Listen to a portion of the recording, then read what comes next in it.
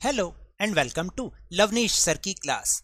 This is Directorate of Education GNCT of Delhi's worksheet number 36, and it is only for class 7 students. It has taken from the subject mathematics and we will learn and understand the topic practical geometry in this worksheet. So students, आज की इस worksheet में हम practical geometry को discuss करेंगे. So without wasting our time, let's start and understand with me. तो सबसे पहले आप इस फिगर को अपनी नोटबुक में ड्रॉ कर लें और फिर इसके ऊपर बेस्ड जो क्वेश्चंस हैं उनको हम करने की कोशिश करेंगे. Let's see. First question is line dash and dash line are parallel. Parallel line इनमें से कौन कौन सी, देखिए पैरेलल कौन सी होती है, जैसे this line and this line. तो this is parallel to this और ये भी तो इनके पैरेलल है. ठीक है, ये कभी मिलती नहीं है लेकिन एक दूसरे के बराबर दूरी पर होती हैं. तो इनको हम क्या लिखेंगे, line L M, sorry M लिख दो, पहले पी लिख सकते हैं. Line L P and M are parallel.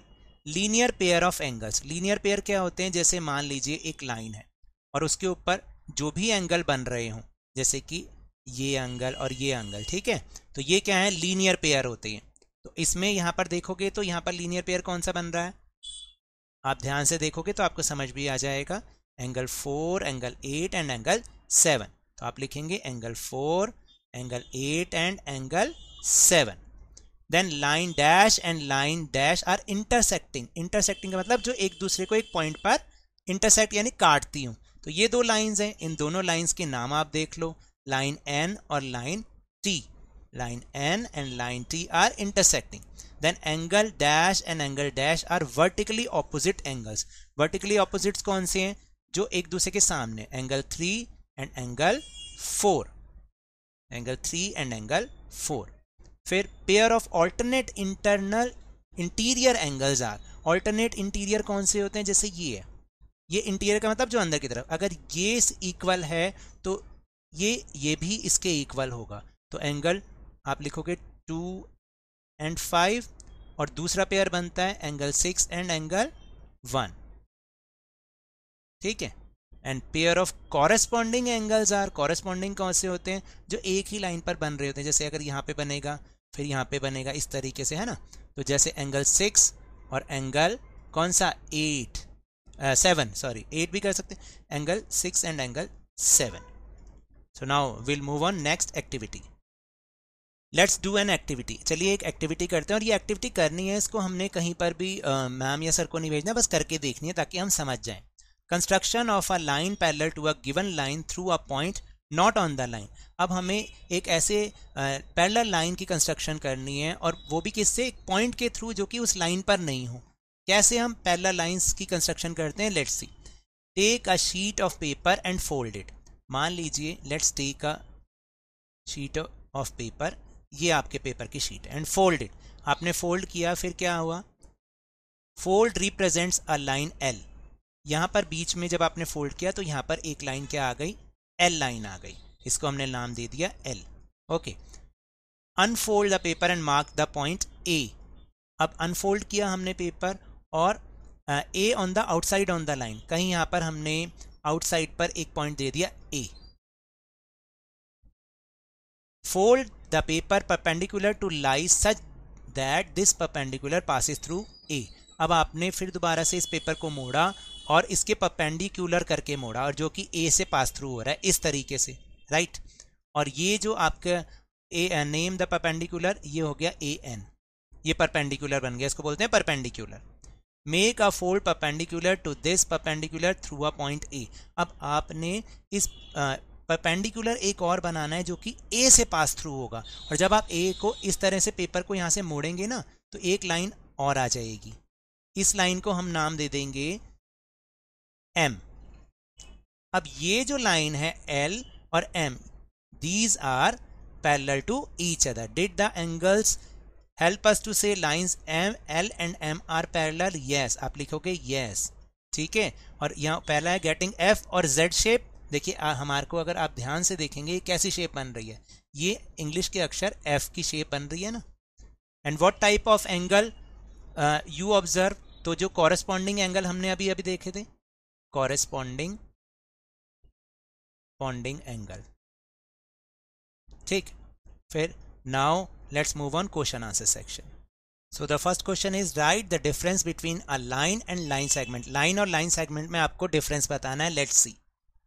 So a line has no end point and can not be measured, यानी एक लाइन का कोई एंड पॉइंट नहीं होता और उसको मेजर नहीं किया जा सकता। But a line segment has 2 and points and can be measured, और लाइन सेगमेंट के हमेशा 2 एंड पॉइंट होते हैं और उनको मेजर भी किया जा सकता है। यही आपने आंसर लिखना है। Let's move on question number 2।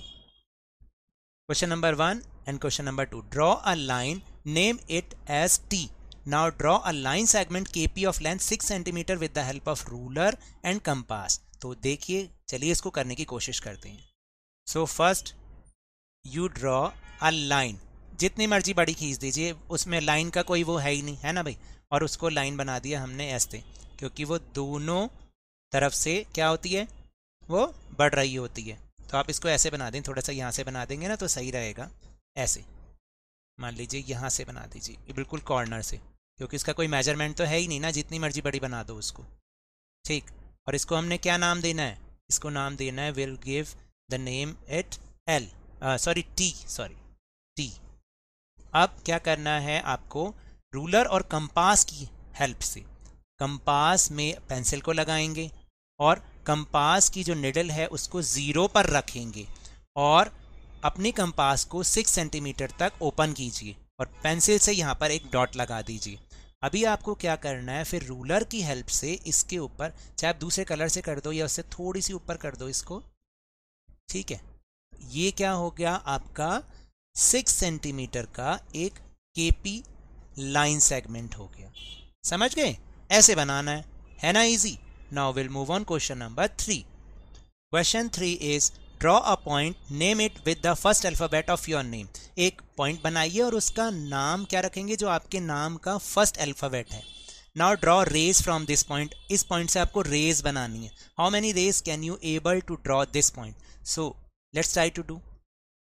First हमने क्या करना है, सबसे पहले एक डॉट डालना है। जैसे मेरा नाम एल से स्टार्ट होता है तो मैंने उसका नाम रख दिया, डॉट का नाम एल। अभी मुझे एक रे बनानी है, मैंने एक रे बना दी। रे कैसी होती है, एक एंड पॉइंट और एक तरफ से एंडलेस वो बढ़ रही होती है। अभी आप और बना सकते हो इससे, यस, एक बना दी, ये बना दी, ये बना दी, ये बना दी, ये बना दी, ऐसे देखो कितनी सारी बन रही हैं और इनको सबको एरो लगा दो। अभी तो और बन सकती हैं, ये तो मैंने इतनी ही बनाई है ना, आप भी देखो कि बहुत सारी बन जाएंगी। तो अब हमें क्या लिखना है इसका आंसर, जब बहुत सारी बन सकती हैं तो इनफाइनाइट, यानी इतने नंबर के बना सकते हो जो आप काउंट ही नहीं कर सकते। तो infinite is the answer. Now question number 4, right one example of each of the following from your surrounding. अपने आसपास देख के आपको बताना है, जो नीचे जो चीज़ें दी गई हैं उसका एक एग्जाम्पल। जैसे लाइन है तो लाइन का क्या एग्जाम्पल हो सकता है, रोड। रोड देखा, दोनों तरफ क्या होता है, वो एक्सटेंड होती रहती है। रे क्या हो गई, सन रेज हो गई, सन रेज, आप इसको लिखोगे सन रेज। और लाइन सेगमेंट क्या हो गया, लाइन सेगमेंट रूलर हो गया। उसकी एक लिमिट होती है ना, दोनों तरफ से 0 से स्टार्ट होता है और कहाँ से, है ना, रूलर, ठीक है। और क्या हो सकता है, लेंथ ऑफ योर नोटबुक, एक लिमिटेड उसकी लेंथ होती है ना, तो ये भी हो गया line segment. So now that's all for this worksheet. अगर मेरे इस तरह समझाने से अब आपको समझ में आने लगा है तो इस चैनल और वीडियो को लाइक कीजिए, शेयर कीजिए, और अगर आप नहीं होते सब्सक्राइब भी कर लीजिए।